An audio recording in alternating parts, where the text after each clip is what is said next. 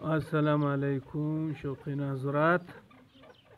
भाई ये जो बाहर चकोर है ये प्योर मस्कती।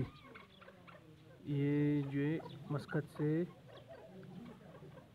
दुबई मस्कत से आता है। ये जो ये साइज़ में भी बड़ा है और ये बच्चों के लिए लोग पसंद करता है। दूसरा जो कपस में ये पहला खरास है, ये मस्कती का बच्चा है। जब बच्चे निकालता है तो उस तरह का होता है खरास मादी पे। जंगी चकोर आला क्वालिटी वाला ज़बरदस्त।